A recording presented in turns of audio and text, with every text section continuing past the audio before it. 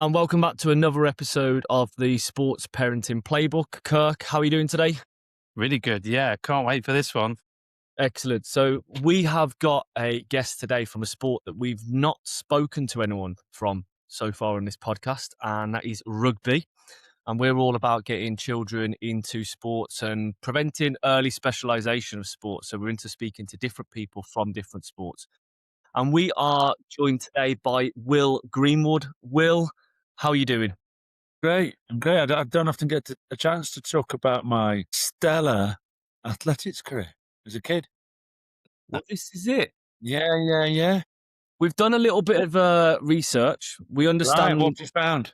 What have you found? Well, the fact that I didn't find the athletics, but I found that you were a keen cricketer as a child. Is that correct? Yeah. County cricketer, sort of under 21, with some lads who went on to play for England, like Ronnie Irani and John Crawley. Loved my cricket. Better at cricket at school. You'd have to go back.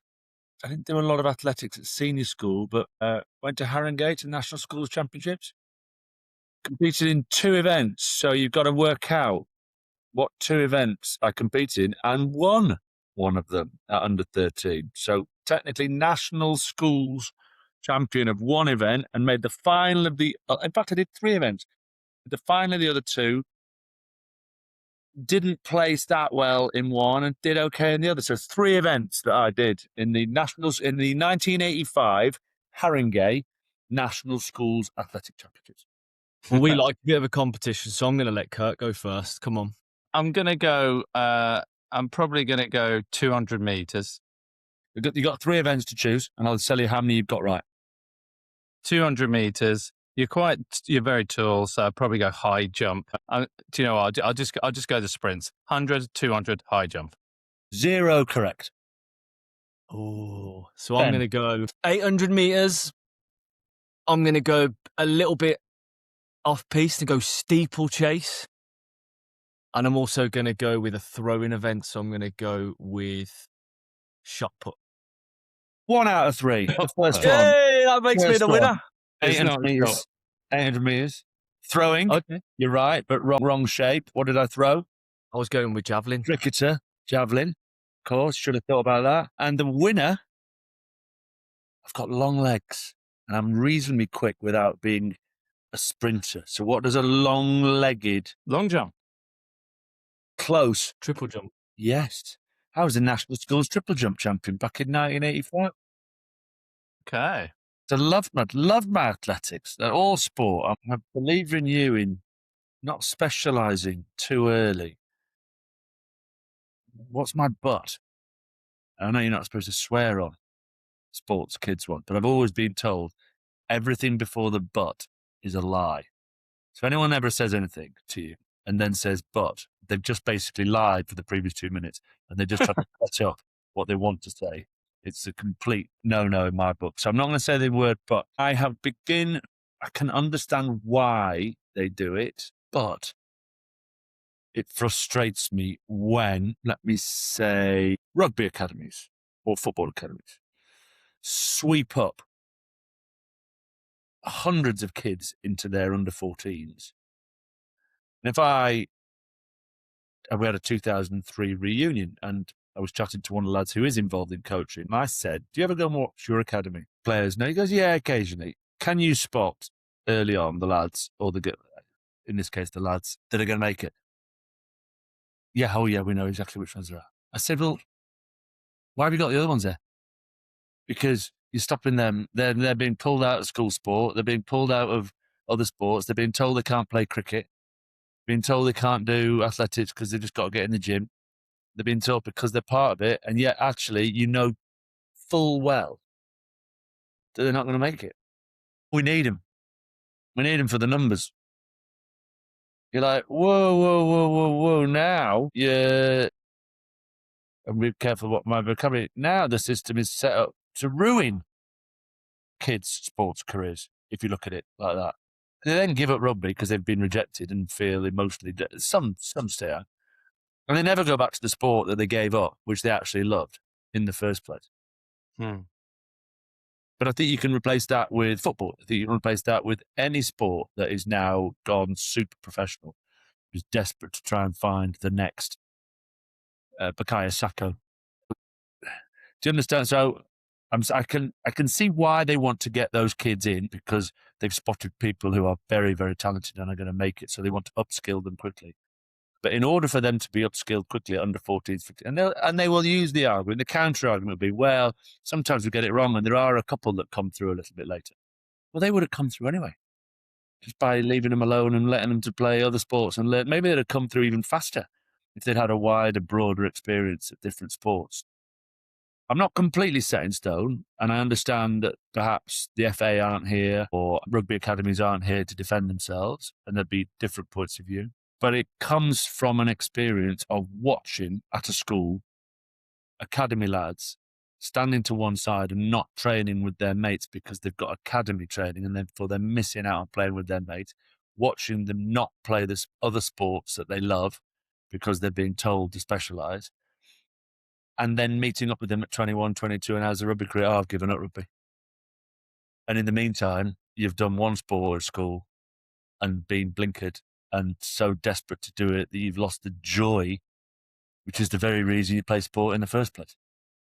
Well, were you as a child, were you ever told that at some stage, you must concentrate on rugby and all other sports? Well, no, this was even better. Mine's completely counterintuitive.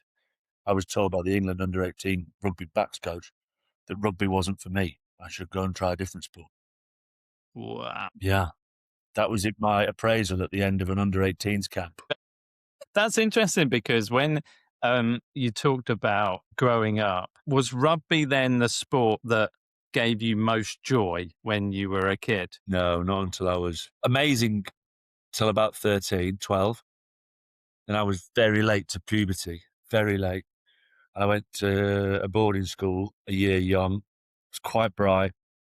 Started school early, so just said, we'll keep going. So I went to boarding school, physical, all boys, rugby school, late developer, nickname was Stick Twiggy, and I'd matured into Stickman because I was just like an LS Lowry painted. 14, 15, 16 was hard because I was just getting duffed up, and slowly began to catch up physically. So my to under 13, loved it. 5 or 6 year period, oh my God, this is the worst sport in the world for a skinny beeple. Kept turning up like Tigger or Donkey from Shrek. Came out the other side, and then went back to loving sport. But there's a caveat there. The caveat is before big games, and that's, was it just before big games? Was it like normal games? Tuesdays and Wednesdays and Thursdays before games, just sick, didn't want to play. Thought I'm going to get hurt, because I got hurt quite a bit.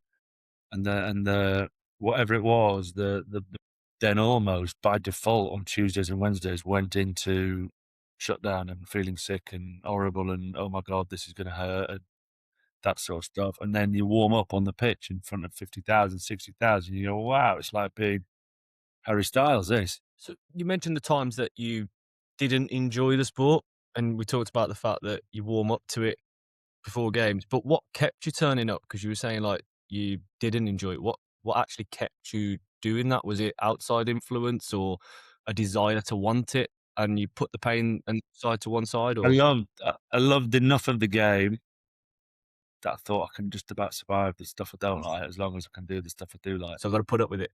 Yeah. Came alive in attack with ball. Used to quietly out. And weirdly enough, I ended up, and those people who are watching this might throw stones at me and differ, I ended up by working through it with good coaches and good players in that team. I'd like to say, confident. I don't often sort of do, blah. People remember me as an attacker, scoring a lot of tries. I think for all that, oh my God, panic, neurosis, oh, I'm going to get hurt. I think I became as good a defender as anyone out there without being physically intimidating and smashing people up. What does defence mean? Stopping an opponent scoring a try. Now you can do it many different ways, by cutting them in half and dropping them and they don't want to run anymore, or you can do it in such a way that you control the space, have the people around you that can enforce for you, send them down channels that they think has got opportunity, but actually it's a trap being laid because I know I've got someone there waiting for you, like Neil Back or Mike Tyndall.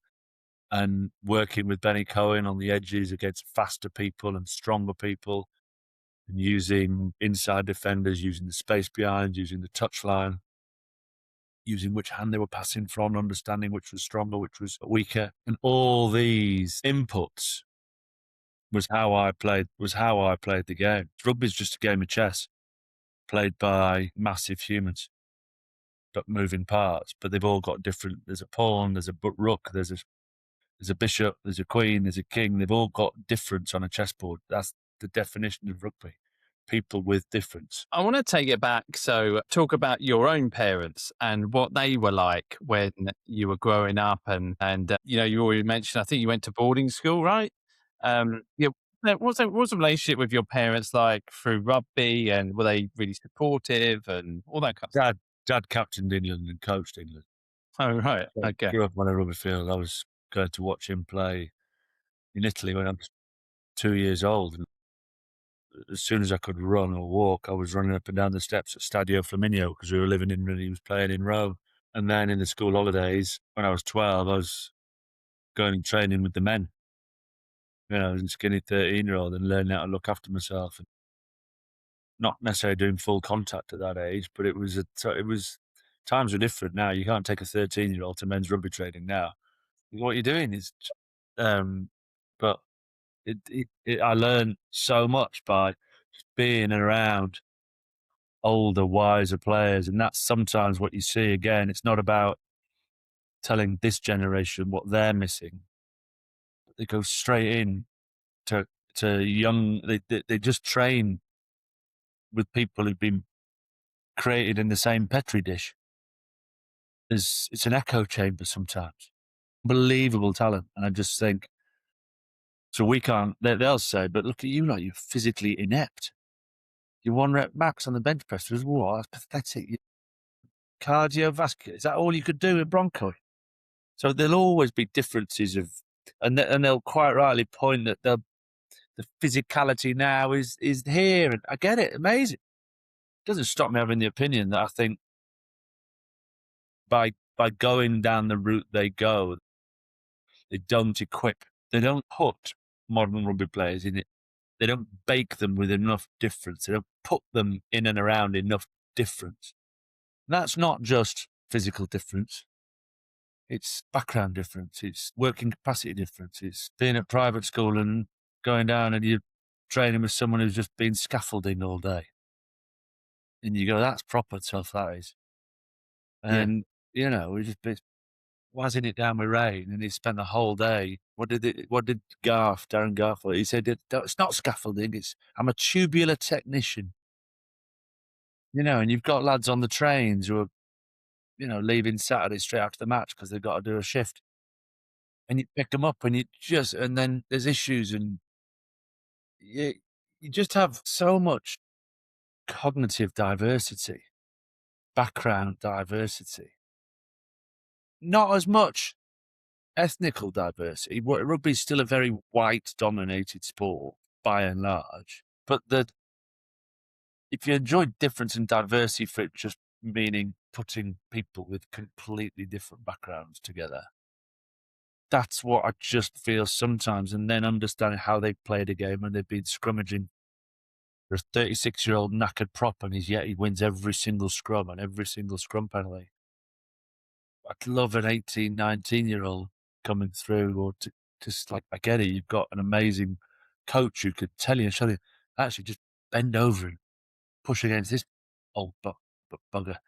And you'll learn more in 3 scrums than you will in a year environment that's totally set up and totally perfect. I don't know how we've gone to that topic really, but it's just, I grew up with my mum and dad. My mum was a maths teacher, so I was just doing maths puzzles the whole time. I think that's a bit boring. Oh my God, maths is the greatest subject on the planet. Maths is everywhere. Maths is everywhere in rugby. It's application, and I'm a bit of a evangelist, and some people might say a bit of a preacher on it, but I just go, if you haven't got 6 lads who can get a 9 at GCSE maths in your rugby team, you're doomed. Same stage, you want 6 lads who hate maths and just want to build things. So again, you need different minds to understand this is a logical way to go about solving this problem. And then sometimes in the game of rugby, logic goes out the window. You just need a violent human being to smack someone in a legal capacity. Yeah. If you're all thugs, you get beat by the brain boxes. If you're all brain boxes, you got the perfect game plan, but some bloke just tramples all over you. If you've got thugs and brains in the same team, the same as you've got speed and strength, or you've got height and nimbleness.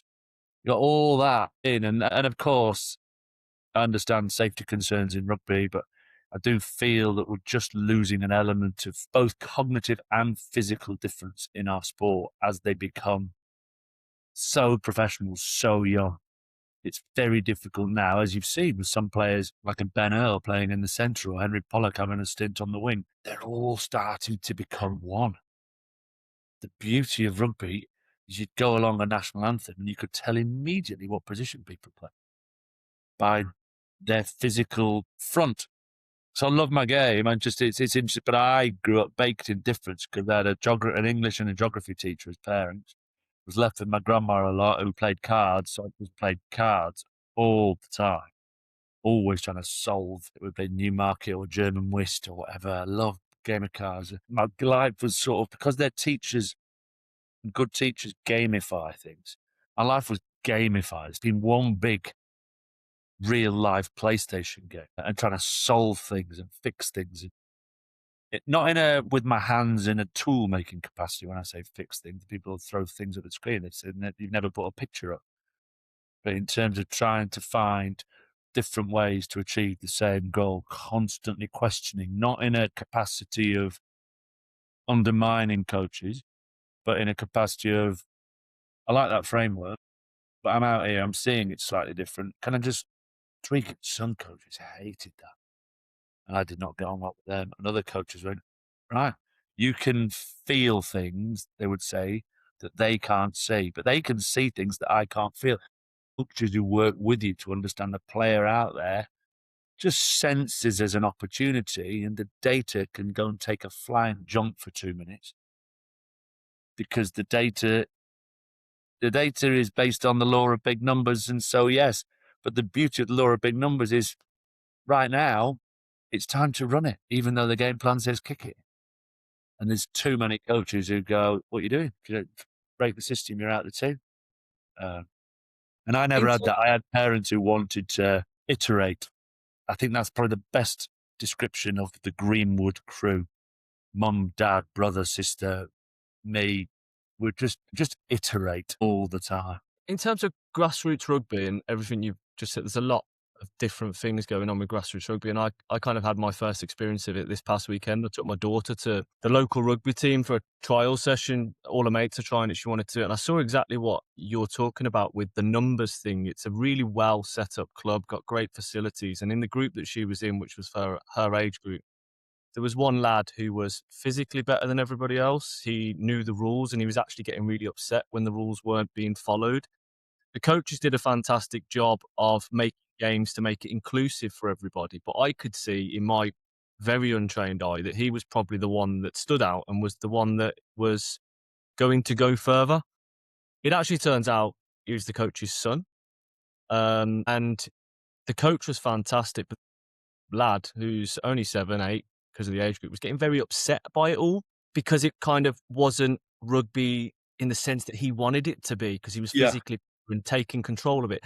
How much of it is mindset? Because see, the challenge there, so I was on that, it's really interesting because I think, not that I'm telling that dad or whatever how to coach, I think what's really interesting, and I might be being slightly binary then about this child. Often there's a kid who gets it and is way better than everyone wants to play. Putting what we would call parameters, but giving him challenges within the same game then allows him to play the game they want to play, but he's trying to solve something whilst he's doing it. Can't run with the ball for more than 5 yards, can't hold the ball for more than 2 seconds. You can never pass it to the same person twice. And then quietly, he's got all these little rules that he's fixing and playing within the system. Yeah. It's challenging to come back. So coaches adapt that every kid can So when you've got big groups, it's trying to train. It's really difficult in big groups, especially when they're young, when you've got a real disparity in quality. The grey coaches don't blink for a second, and they're just quietly tweaking. Here's the game plan. Here's the lesson plan. Here's what I'm trying to achieve. The one who's new to rugby, everyone understands. They've got a secret pass. They're invisible. They've got an invisibility cloak. You can't touch them, but they can only run. They can't score. So they can then run through and they get them on the ball. And everyone's to score a try. Everyone's got to. So there's all these different ways at youth level. And the thing is, because coaches, and not this particular coach, I'm obviously talking. I'm going to be very careful saying. Actually, what I'd love to see, and Clive went on about it for a long time, is coach the coaches. We're always thinking about coaching the kids, but who's coaching the kids? I mean, I've been at rugby clubs for I'm 53 years old. Some of the things, I mean, they're volunteers and they're epic. Some of the things I'm watching them coach, like what's that? They've got 8 stud boots on. Their shorts are a bit tight. Still got their vacuum packed into the jersey they had 25 years ago. They've not understood the game's moved. They want everyone to fight. I'm going, what's going on? But actually, they're only going to what they know, and they have good intent. How can we coach the coaches so the 7, 8, 9, 10-year-olds are getting support and opportunities to improve that from volunteers where the governing body or the club in particular has set up a whole program to support the coaches, to give them content and ideas and feedback on how they're coaching. You can't do that for every year. Why not? In a club, why can't you? And I think where I was really lucky, I mean, I had a lot of injuries, so you might say, well, you nearly died on a roof, so you weren't that lucky. Where I was really lucky was I had parents who, in the modern sense of the word, might be viewed as forceful, but I wouldn't have got to anywhere near where I got to without it. In the modern sense of the word, you might say, you ran so hard with your dad, you threw up. Are you allowed to do that? But I'd knocked on his door and I'd asked for help. He said, right, here we go, let's go train. Bang. And more often than what, you got run into the ground. I just had that. And I came across a few coaches early on in my career, sort of in my international career, Brian Ashton, Ian McGeechan, just people who are prepared to work with players, not fight players, understand. Game plans are great, but I'm looking at the squad of 22 or 23 I've got here, and that game plan just doesn't work. We've got to fix it for who we've got, as opposed to force a round peg in a square hole. I've gone on in different tangents there, but hopefully it's given you a little bit of background as to what my views are in terms of where I think rugby can achieve gains quickly.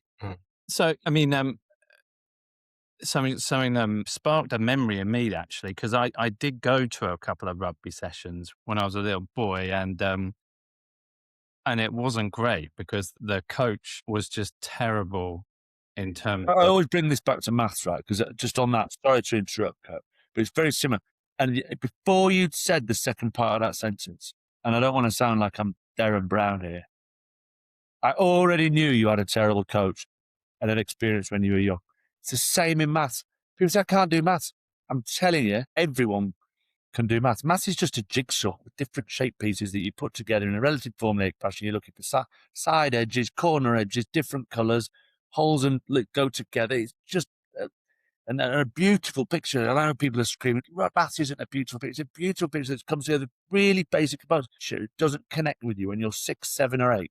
Because the foundations of maths are required for everything else. If you struggle in years 1 and 2 with maths and don't come along for the ride, you are cut loose and unable to access the content as you get older. And every kid can do maths.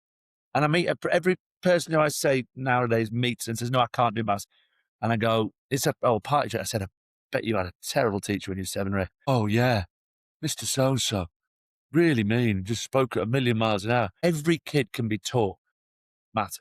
And if they're not being taught, it's not the kid's fault, it's the teacher's fault.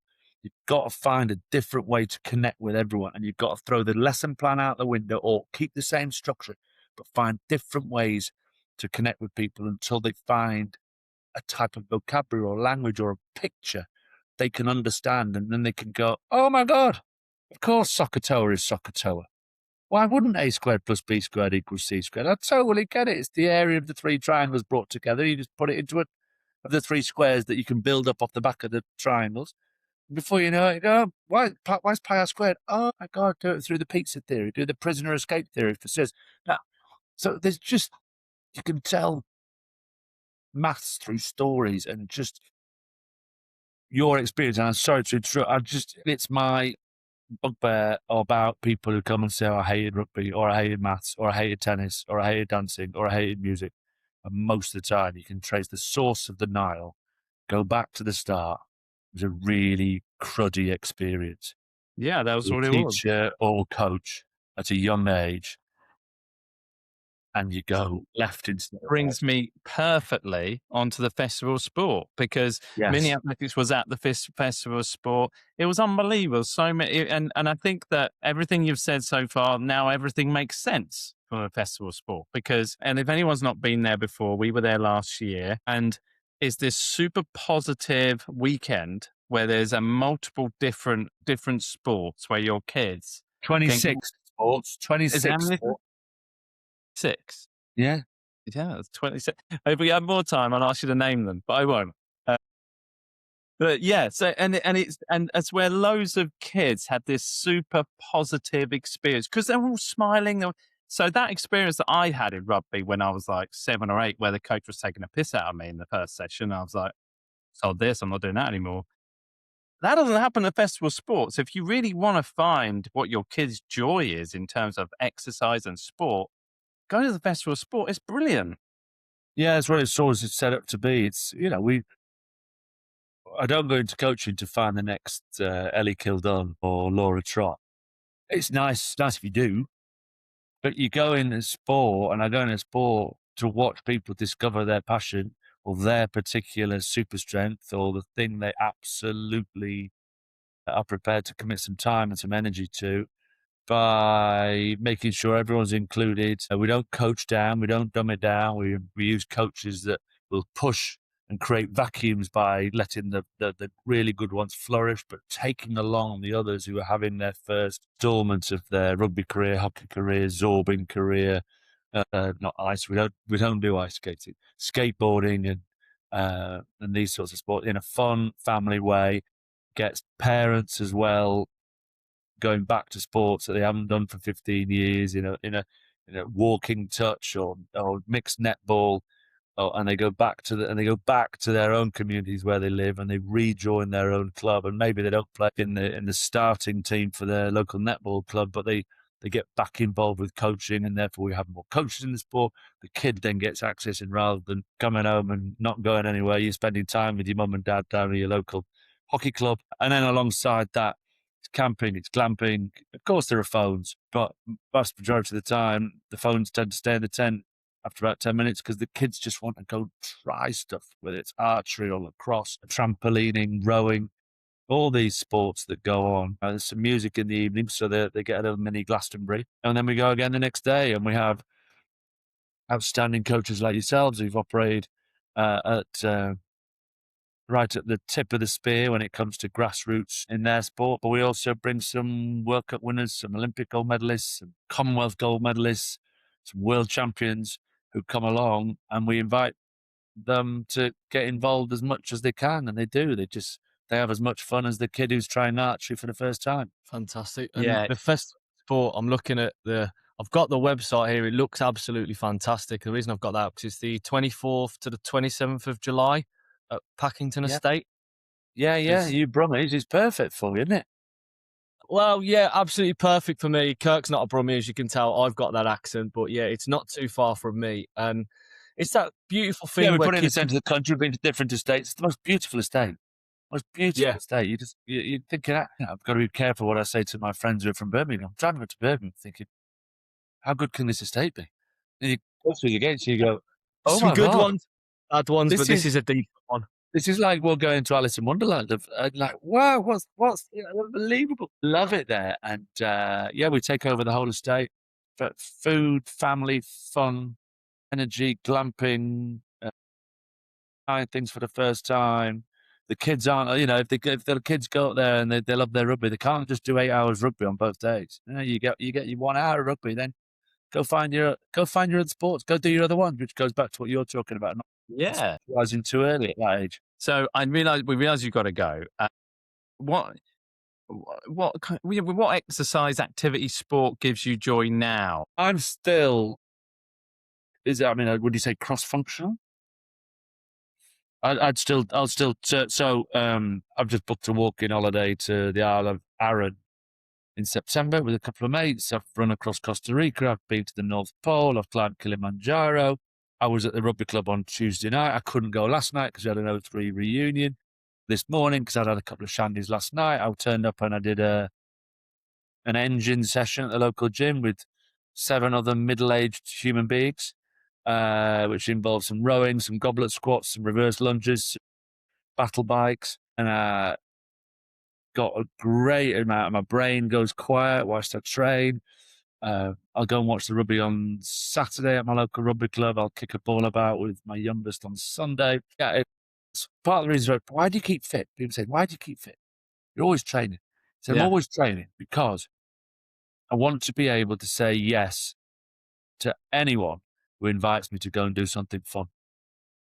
And I'm going to go in and watch the England under-20s rugby train in a couple of weeks. You know what? I've not told you. I'm turning up in kit. And if there's a chance, I'm going to get out on the field with the next generation of England players and just run around and see the pace they're moving out, understand what they're seeing, see if I can offer some thoughts on how they might be able to improve. And if I hadn't stayed fit, you wouldn't be able to do that. I'm 53. I'm like, what, you're going to run around with the England under-20? Yeah, man. I mean, I might not outpace them, but definitely break the line a couple of times. They might belt me. Like, great, bring it. Let's have it. Here we go. And so, I might be slightly exaggerating because I really don't want them to smack me and cut me up because they are absolutely massive nowadays. But if I don't stay fit and I don't keep doing so, I don't stay multifunctional. If I just sit and do weights or just sit and row, you just become slightly better at one sport. If you keep moving around, second you sit still, you start rotting. I mean, I know that's a bit extreme, but I ain't sitting still. It seems like you find joy in the challenge, as well. I mean, walking the North Pole and everything you did for the charity as well, which was unbelievable.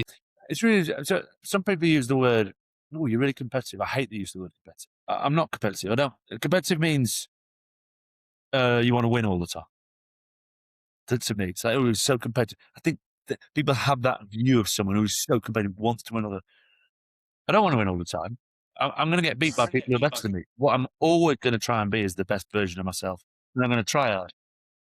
Now, if people are going to have a pop at me for trying hard and want to be the best version of myself, I don't really want to be their mates anyway. Doesn't mean I'm going to cheat. Doesn't mean I'm going to break the laws. I'm just going to turn up, learn a new sport, and have a go and try and be a good teammate. If you try and be a good teammate, you're doing all the little things right all the time. You're putting the basics into place. You're offering yourself for the ball. You're running into space. You're moving. You're communicating with a clapper on the ball, with eye contact, with your voice. You're listening as well, both sides of communication. You bring in energy, you bring in smiles, you bring in enthusiasm. And if we win and someone calls me competitive, they've totally misunderstood the meaning of the word sport and passion. Thanks so much, Will. We realise you've got to go, and we look forward to seeing you at the Festival of Sport. And like I said, it's such an amazing event that Mini Athletics usually did a different festival around the same point. We ditched that one now because Festival of Sport is so much better. So thank you for bringing the Festival of Sport to everyone. And thank you for today. Pleasure, man. Have a great weekend.